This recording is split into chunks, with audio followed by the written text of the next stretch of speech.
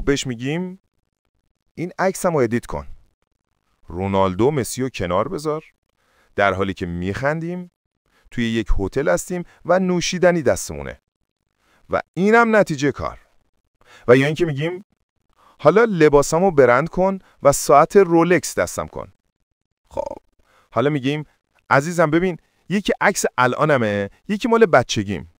میخوام برام یه عکس بسازی که تو کافه هستیم و بچگیم بغل الانمه. لباسای زیبا تنمونه، میخندیم، روی رنگ دقت کن، روی جزئیات کار کن، عکس واقعی باشه. کارش خوبه مگه نه؟ خب بریم تو کارش. در اول میریم قندشکن رو وصل میکنیم.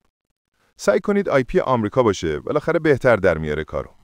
خب بعد اینکه وصل شدیم، وارد برنامه پلی استور یا همون فروشگاه خودمون میشیم و از قسمت سرچ برنامه جیمینی رو سرچ میکنیم. و اولین برنامه رو با این آیکون نصب میکنیم. و حالا وارد برنامه میشیم.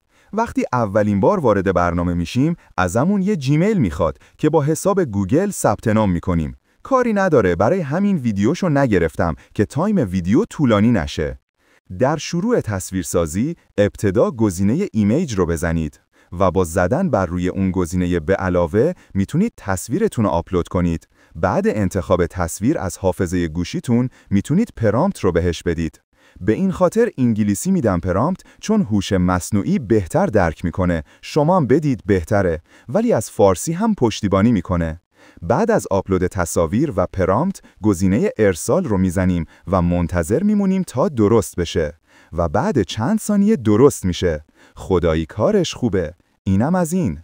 و اما برای اینکه بخوایم یه پرامپت خفن درست کنیم، وارد هوش مصنوعی چت جی پی تی میشیم و ازش میخوایم که این متن رو برام تبدیل به یک پرامپت کن با جزئیات تکمیل، طوری که هوش مصنوعی درکش رو داشته باشه.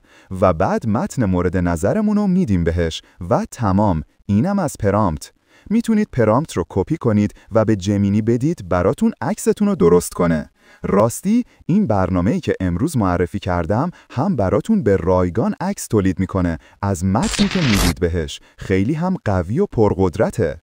اگه از این آموزش خوشتون اومد، کانالمون رو سابسکرایب کنید و یادتون نره بهم بگید آموزش بعدی چی باشه.